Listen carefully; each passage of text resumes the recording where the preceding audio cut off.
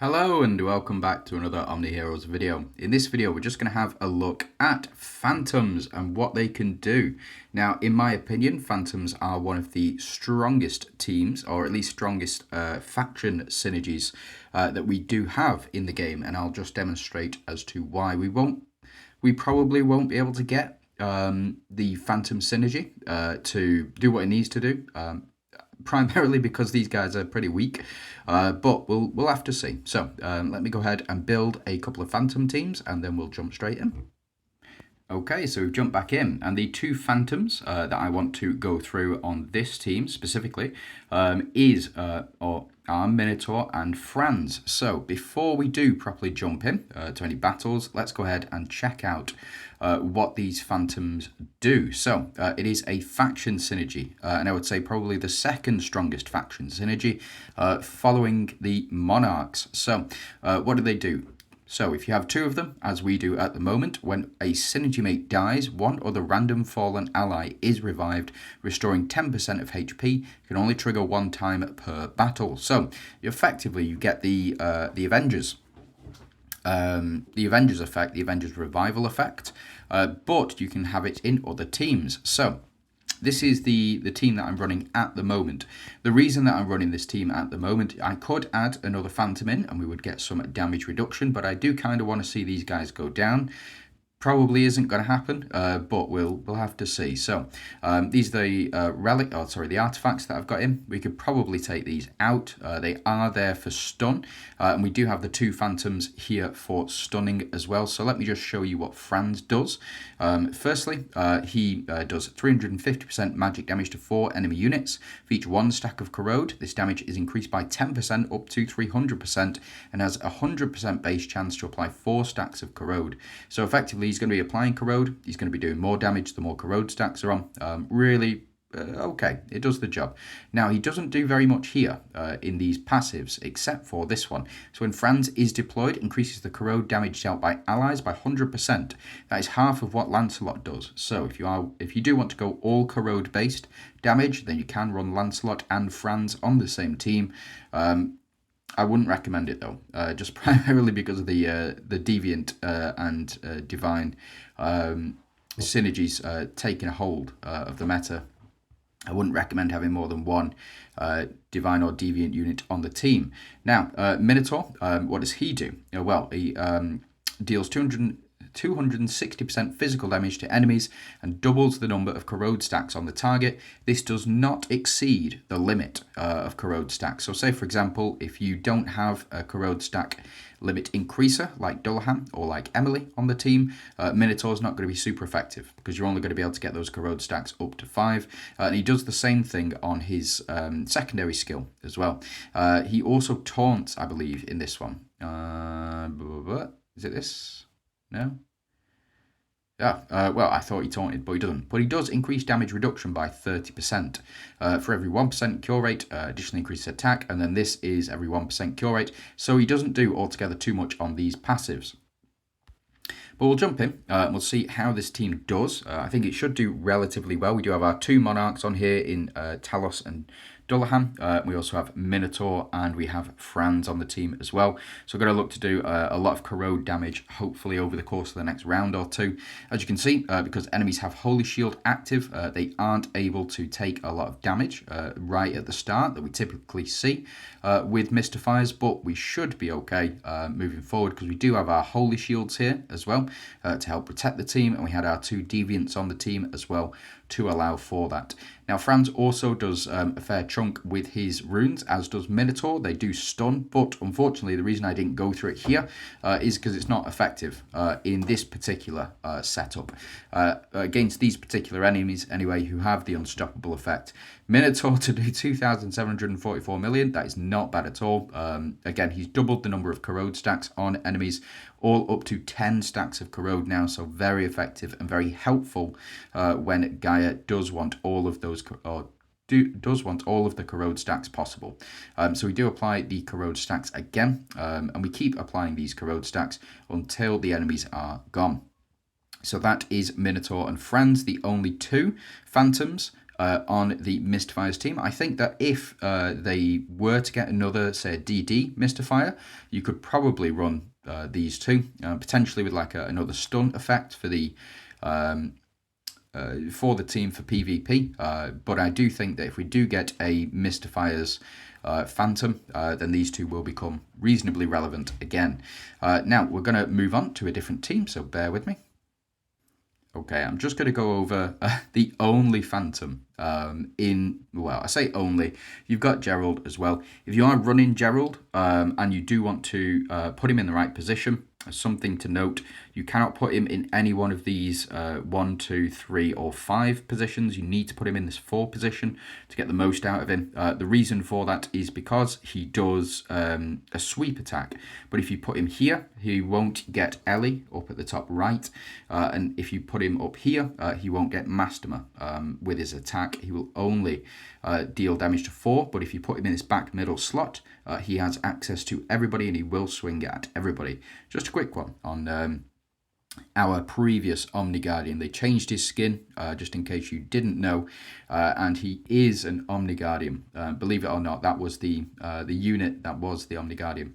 Now, Elmer is a very different story. You do want to run Elmer as much as you possibly can in this particular event, in the Rift Odyssey event, and the reason for that is because the combo with Undying Shield, this artifact right here, keeps backline allies alive as long as at least one frontline ally is alive during the battle, and then increases increases attack. But Elmer's passive here is a very strong passive. I think it's one of the strongest passives in the game. After Elmer, it's not this one, it is this one. It's his 7-star passive. Elmer holds his ground and won't die as long as at least one ally is alive, which means that this team right here, something like this, or even, should we try it? Let's go ahead and try it, and we'll see whether or not we can win. I think we've got enough relics in there, should be fine. So as you can see, if we go into the event like this, so let's jump in and let's jump into battle. Now, if we jump in like this, it just means that Elmer cannot die and Gerald cannot die either. So effectively, you have an invincible, immortal team. That is not very good when you are looking at Phantoms. Phantoms primarily do want as many deaths on the field. Well, not as many deaths on the field as possible, but they do want to be able to keep coming back over and over and over again so that they can proc that passive. But as it stands at the moment, I don't think this is a win. Despite our immortality, we do need other units on the team. So we'll go ahead and skip this one. And yeah, unfortunately, we can't beat them with just those 2 units. But those 2 units did survive all the way through to round 15 because we do have an immortal team. So let me jump into a bit of a cheeky team. Actually, no, I'll show you that at the end. Let me pause. I'm going to build another team, another Phantoms team, and then we'll take it from there. Here we go. So we've got a bit of a better Phantoms team here, minus Brutus. But we do have Eloin, Anubia, and Brutus. All are part of the Ethereals team. And all of them are Phantoms. So what we might be able to see, what I'm going to do is just change these relics up. And let's go ahead and protect, not you. Where have you gone? You. And we will go with you. Why not? Let's change these up. I think we can take you out and we'll pop you back in. Right, okay, so this Phantoms team, again, you're not looking to win with these two, with Eloin and Anubia. You do increase crits, absolutely, yes, but these are the only Phantoms on the Ethereals team as it stands. So you can get 3 Ethereals, but let's be honest, you're not going to be running Brutus. And the reason you're not going to be running Brutus is because he's an epic unit. Sorry to say, he isn't super helpful at super high-end content, but if you do have other units on the team, like Elisha, like Eudora, like Karnak, then you're in for a good time. Even though Brutus is pretty weak, he is still a Phantom, and you can still run him. And it looks like Anubia is going to flipping heck. Anubia is going to do the business here. Taking these guys out. we do get the double here from Elwyn. And do we get the triple? Yep, so we get the triple as well. So we may, in fact, see a win here from just these 3 units alone. Very, very strong. But actually, what I was trying to get across is the Phantom effect. But it seems as though the Phantom effect is not going to be... we're not going to be able to display it. In this one, but the more times that, whenever one or more units go down, there we go, bit of damage on us, there we go. So as you can see, Brutus did come back after that and he got 10% of his health back. We're just looking for more of our units to die here. Unfortunately, we are getting a lot of dodges. And Brutus is surviving, so it means that our Nubia can survive as well. We'll see whether or not we can get a win here. So Elwyn does come back. We get all of these dodges. That's not bad. And then Massima doing a fair chunk of damage. But then we might see a Nubia pull it out here. Flipping heck. I did not expect that. But that is the Phantom synergy, in essence, is that when one of your units goes down, another will come back. So now that we've cleared 52, let's pause. Let's build another Phantoms team and let's jump straight in. So this lack of Phantoms really does seem to be a problem for a lot of teams here. So let's go ahead and build. We'll pop you in. We will pop. Where have you gone? Sure, pop you in, and then why not? We'll pop Hand of Tyr in as well. Schrodinger is the most recent unit to be released on the for the Phantoms, and she is a Glorian. However, we do not have any other Glorian Phantoms besides Yasuke. Unfortunately, he does keep disappointing every time. So it is what it is, though. We'll take you out, and we'll pop you in. We've got our relics all set. Let me just show you what Schrodinger does. Now, a lot of people are a bit confused about what Schrodinger does, so let me just show you quite quickly. We've got Schrodinger deals 189% physical damage to 2 random enemies, not bad. Schrodinger deals 75% physical damage. These are super low, by the way, for Schrodinger. They are really, really low, but it is down to this. So Schrodinger has 30% to 99% chance to dodge when attacked. Upon successfully dodging, she gains 1 stack of defense boost up to a maximum of 50 stacks. Additionally, Schrodinger applies Quotry, I think that's how you pronounce it, to 1 random ally each round, copying her current damage reduction to them for 1 round. Fortunately, we've only got one other unit on the team at the moment. So we've got upon entering the battlefield, Schrodinger gains 50% damage reduction, which increases by an additional 10% after each round of agitation. Additionally, allies affected by Quotry deal bonus damage equal to 300% of damage reduction with their next attack. So actually, what we should see here is Yasuke do a bunch of damage. So we'll pop him down here in the back. We've got our shield. Let's jump in. I don't think this is going to be a victory, but again, it just proves to me, the point that I'm making is that we do need more Phantoms spread out across the game. Honestly, I think we do. I think Phantom is a really, really powerful synergy. Unfortunately, she does go down. It is what it is. Didn't expect to see it, but I definitely didn't expect to win. Thought she might last a bit longer, but it is what it is.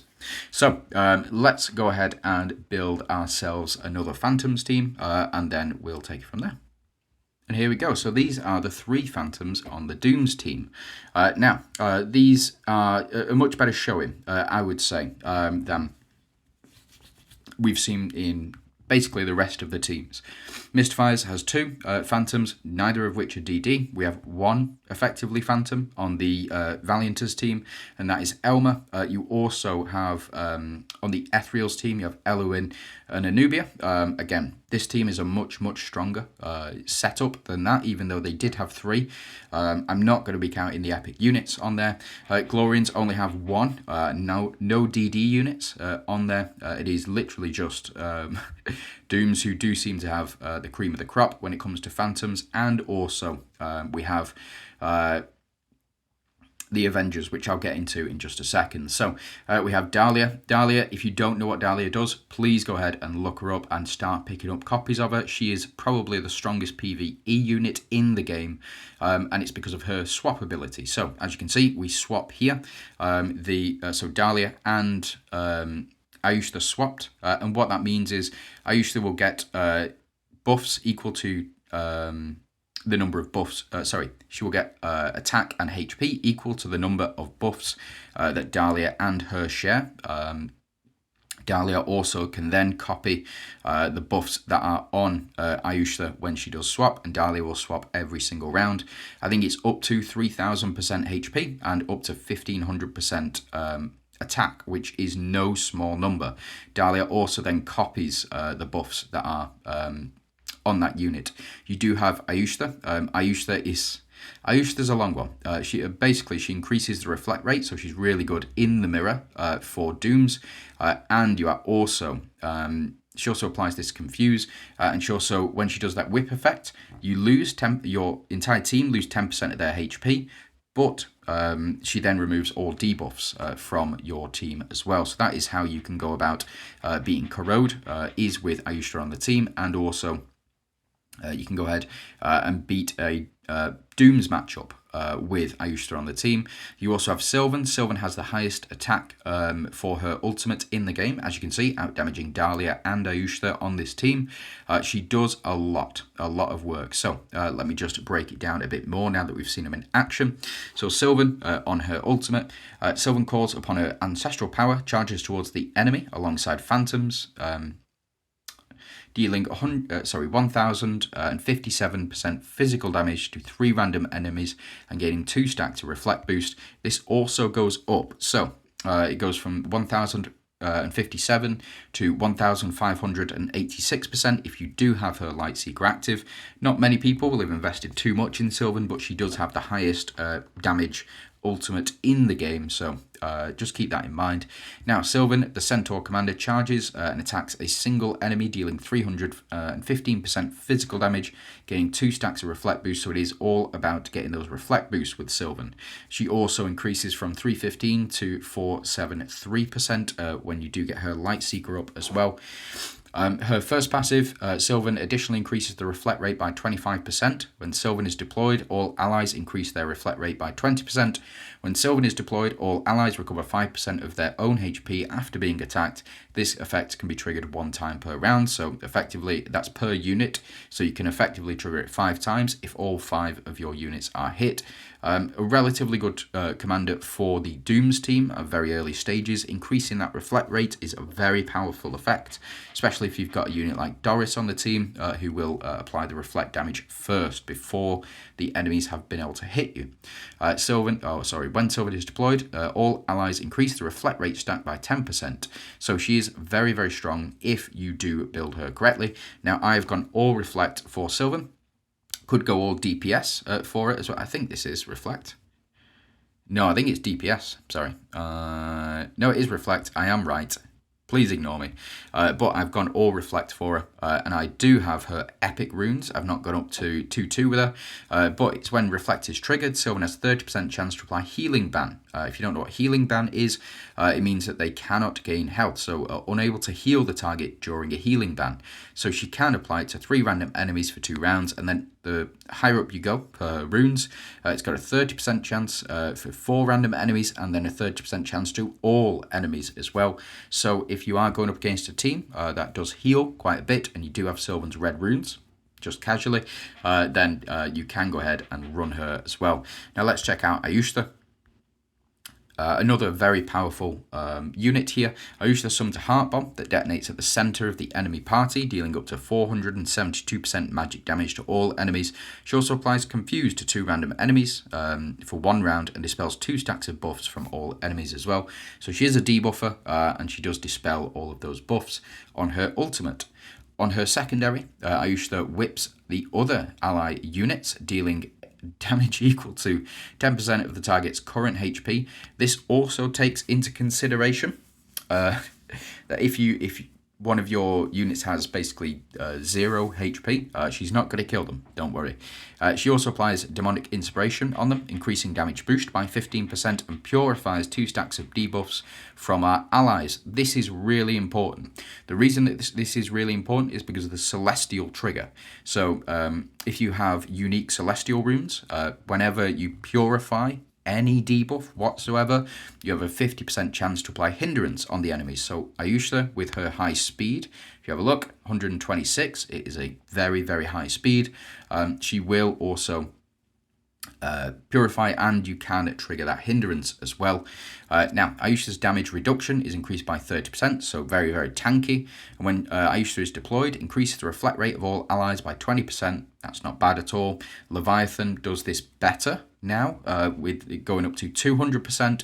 When deployed on the battlefield, the limit of defense boost stacks is increased by 5 for all allies. You are supposed to run her alongside Helios, because they do build up that defense very quickly. Now, every 1% in Ayush's reflect rate additionally increases her attack by 2%. I don't have her runes at the moment, but her runes can be reasonably effective. When an ally successfully confuses an enemy, there's a 100% chance to increase the duration of confuse. So she isn't really a phantom. She's more of a enchanter. It's weird why they've got her as a phantom, but all of her kit is geared towards being an enchanter. I don't know, maybe they just had too many enchanters on the Dooms team at the time, but I still think that the enchanters team, she would have been a much better fit. And then Dahlia. What can we say about Dahlia? Again, she is the best PvE unit in the game, and it is because increasing damage of 100% against male characters, that is kind of relevant, but not really. But she does deal 500% magic damage, 144% magic damage, switches positions with the ally before each action. For each additional 1 buff stack, attack is increased by 30% and max HP is increased by 60%, affecting both the swapped ally and self up to 50 stacks. So effectively, you get up to 1500% 1500% attack, and max HP goes up to 3000% with Dahlia switching. That also applies if you put her on the back row and she's got more targets to switch with. She will increase the other targets or both up to that 1500% attack and 3000% defense as well. When swapping positions with Dahlia, the ally has a 100% chance to copy her buffs. So this is a really powerful effect, especially if Dahlia has a lot of buffs on her at the time. And then if you do get her runes as well, I've got her up to half-half, so 2-2. And if you do have her up to epic, Dahlia has a 33% chance to double the buffs that she receives. She doubles the buffs, 50% chance to double the buffs she receives at 2-2, then 100% chance. So it's a massive leap when you do get the full red runes for her. This team will be absolutely fine. I've no doubt that we are going to absolutely crush with this team. Again, with just these 3 on the team, it's going to be absolutely fine. The reason for that is primarily Dahlia. She just does so much. So we do swap here, and as you can see, we are increasing Ayush's health. So we do get these buffs stacked up. As you can see, we're at 8 stacks at the moment. And the more stacks that we get, so Sylvan does attack here, not applying any reflect boost at the moment. But when she does do that, or when she does, it's going to be quite good, especially because our reflect rate is currently at 400%, I think, something like that. Yep, 493%. That is not bad. I think it is. Hold on. 495%, my apologies. But Ayushla doing here what she needs to. And again, we're applying this Karmic Fire. That is from this Magometer. I've got a review out on that if you want to see it. But as you can see, Sylvan doing absolutely massive damage here to the enemies. Can be a very, very powerful tool. If you do you do want to pump your resources into Sylvan, can be very effective. But again, I have not, because she's a very glass cannon-y build. Now we're up to Nightmare 55, so let me pause. I'm just going to go ahead and build another Phantoms team, the final Phantoms team, the Avengers team, and then we'll look at a special team as well. Hold on. Okay, so we are back. Let me just go ahead and change these relics up. We'll go with chest. we will go with Sphere and Hand of Tyr as well. Now, I haven't used Cleopatra or Victoria. They are honorary phantoms. They can change their types to phantoms should you require it. So if you do need an additional phantom, it might be best to run a Cleo or run a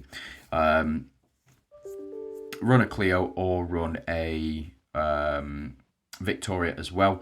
But these are your main phantoms in the Avengers synergy. So you've got Janna, Nerissa, Althea, and Persephone. Janna is probably your strongest phantom. Just hands down, she's probably just the strongest phantom besides Dahlia. And the reason for that is because of this. When an enemy unit on the battlefield dies, Janet increases her attack by 50% up to 20 stacks, so she does get up to 1000% attack. She also, Janet unleashes dealing magic damage. That is a really powerful attack, and it's this one. At the start of each round, summons a stranger into an empty allied slot. You can summon up to 8. The strangers inherit 50% of Janet's stats, but it doesn't attack. After 2 rounds, it will self-destruct and deal damage equal to 2 times Janna's ultimate skill to all enemies, and there's a 50% chance to apply stun on all enemies for 2 rounds as well. You quite rarely see that because these guys do die very quickly, but if Janna is at high enough level, then they do tend to be a bit tankier. But they will deal 378% times 2. I'm not going to try and do that math because I'm not that smart, but she also, if you're going to run Janna, you probably want to get her runes as well. So when any unit on the battlefield dies, she applies shield equal to 200% of her attack for 3 rounds. And remember, she can go up to 2000% attack. It can be a very effective tool. If you do have her half red and her full red, when any unit on the battlefield dies, she applies shield equal to 200% of her attack for 3 rounds. Upon revival, she has 33% chance to apply shield equal to 1000% of her attack for 3 rounds. And then if you get her up to full red, she's got 100% chance to do that, and the stat goes up as well. So it is 100% for 3 rounds. So very, very tanky. Can be anyway. If you let it build up over time, typically I'll run her on this back slot, or I'll run her in this front slot here. It just depends on who I'm up against. Now you've got next is Persephone. Persephone is an oldie but a goodie. So what does she do? Persephone releases her soul power to heal all allies. This is really, really crucial when you are trying to pass through difficult stages in the seasonal content because of the grace of hunters. She also applies Fortitude to the hero in position 1, typically, but it is the one with the lowest HP. She also then heals 3 allies again on her secondary, and you've got when Persephone is deployed, the limit of healing boost stacks increased by 5. I've not seen really a use case for this because I don't see any major DD units who do apply healing boost, but it is what it is. And then every 1% in Persephone's dodge increases her attack, which also then increases the amount that she heals. Now I've gone for full dodge runes on her, and the reason for that is because of her runes here. So if you do have a look, these are some very powerful runes. After Persephone successfully dodges, she has a 40% chance to stun 2 random enemies for 1 round. It goes up to 60% chance, and then if you have her full red, it goes up to 100% chance to apply stun. Not relevant in this mode because we can't stun these enemies, but very effective in PvP. So just something to keep in mind there. I think there's going to be 2 Avengers teams. There's going to be this Phantom team, and then there's going to be the Monarch team as well in the Avengers setup, and both are going to be very, very strong.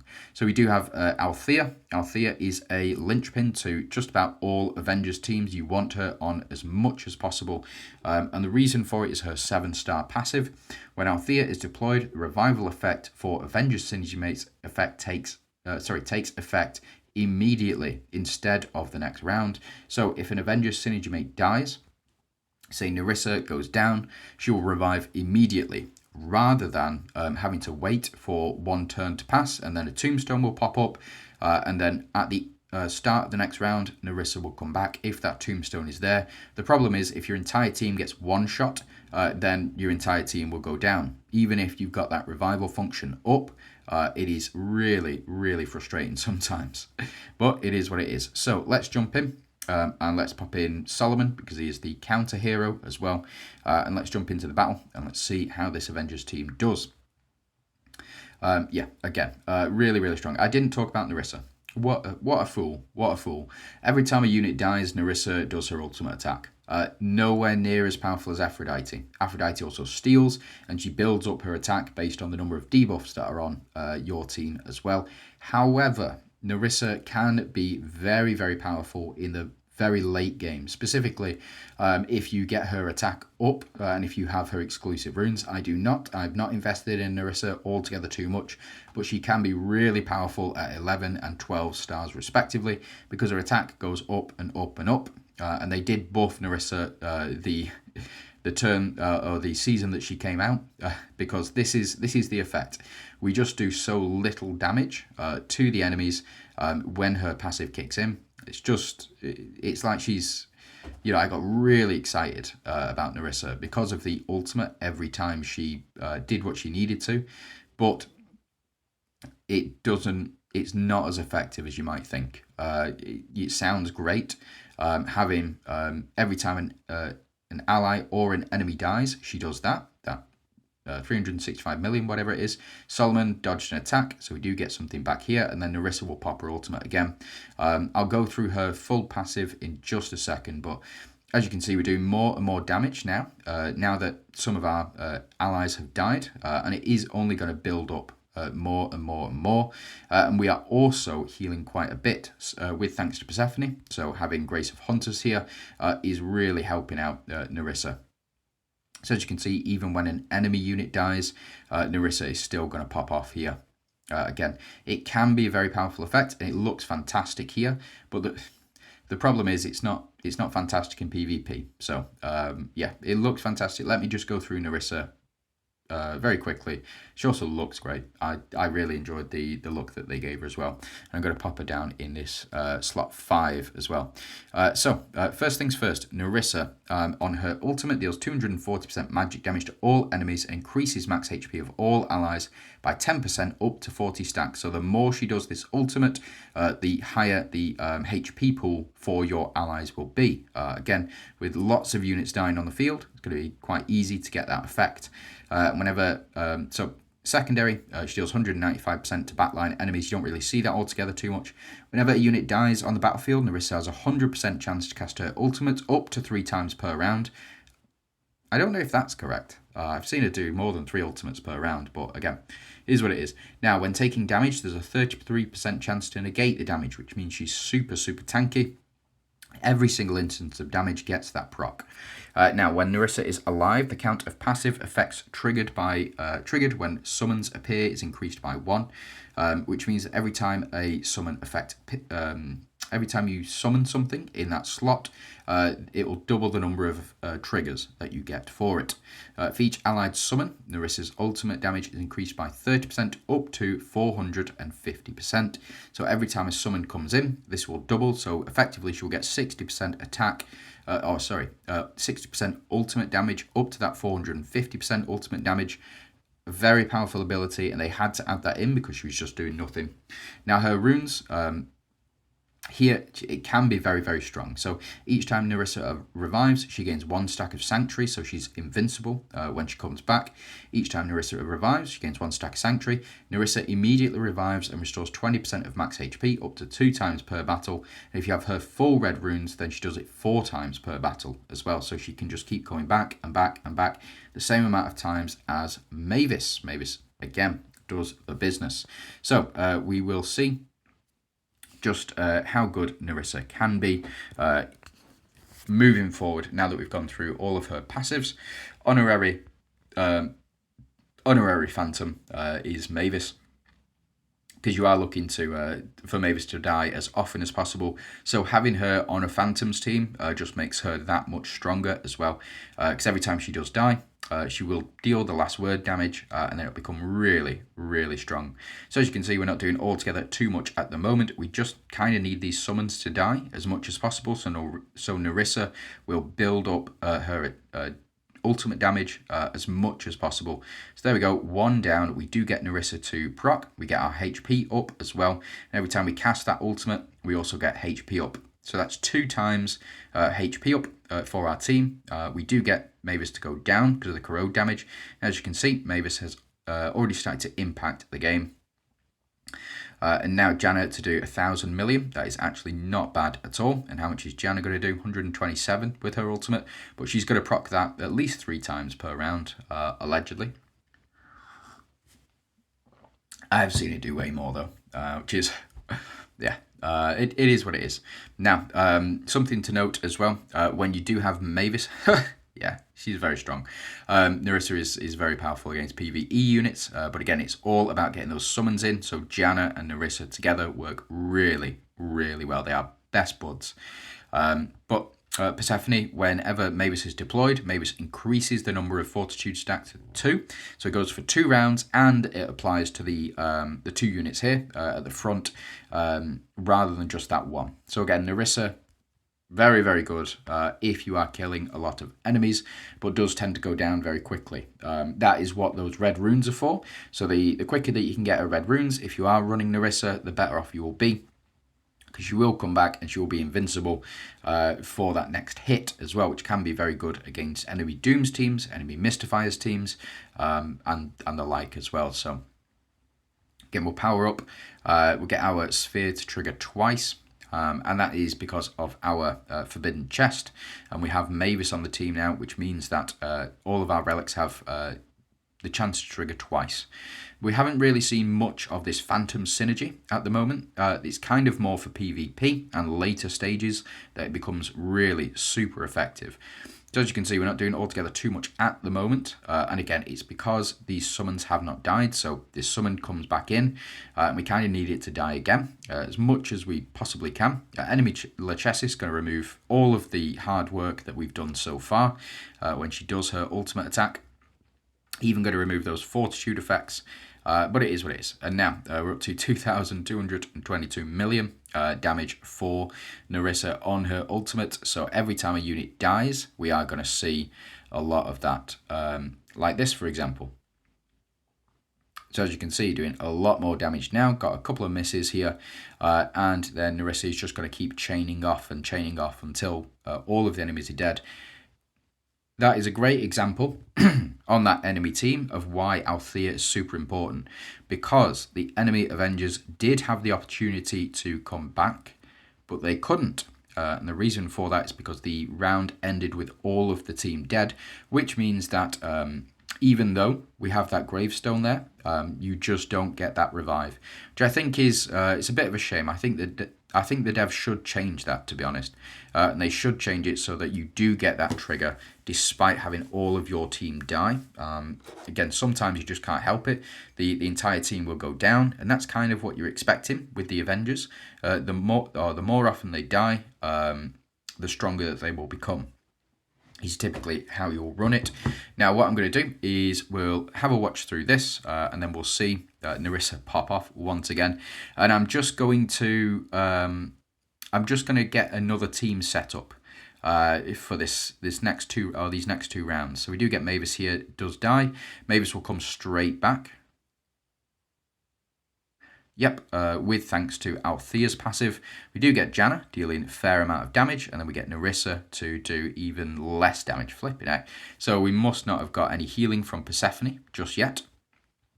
Once we get that healing, Nerissa is going to start to do absolutely massive damage, and once our summons do go down, we'll start to see Nerissa do even more. So we do get Nerissa popping off again, and as you can see with that healing, this is only seasonal content, by the way, with the Grace of Hunters synergy right here.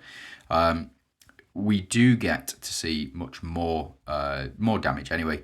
We'll see Mavis pop off here, and then Nerissa, yeah, Nerissa's going to pop off. Yeah, spot on. So she does go down, and then because all of those units died, Nerissa should do her ultimate attack one more time. But unfortunately, I think that the way that it works is it didn't actually count those guys dying. And Nerissa here, actually, Nerissa has already done her ultimate 3 times, so there is definitely a limit on it. That is a shame. They should definitely put that on Persephone. Not Persephone, Aphrodite. They need to put that on Aphrodite.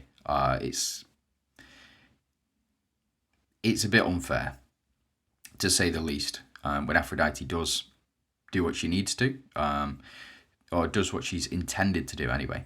But for me, I think that 3 times is pretty decent. And again, we're just showing the strength of Nerissa here. So bear with me. Let me go ahead and build a weird looking team and then we'll jump into it. So here we are. This is the weirdest looking team I've seen in quite some time, but it is a full Phantoms team.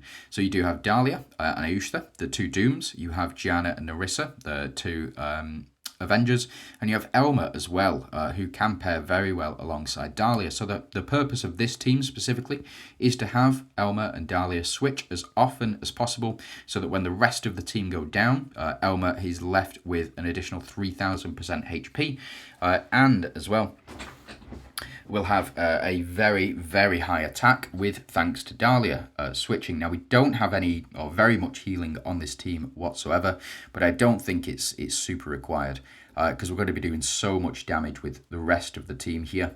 Now, we do have our relics pop off.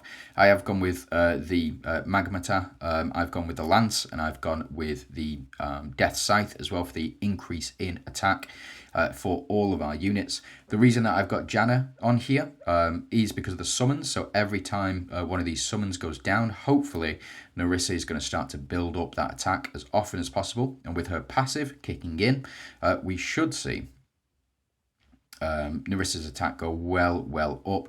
Unfortunately, again, we don't have a lot of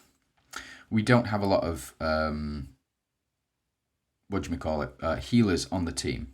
Now that Karmic Fire has kicked in though. Again, if you want to go and see what that Karmic Fire can do, then I would suggest going to my channel, having a look for the Magatama review, and then we and have a look and just have a watch.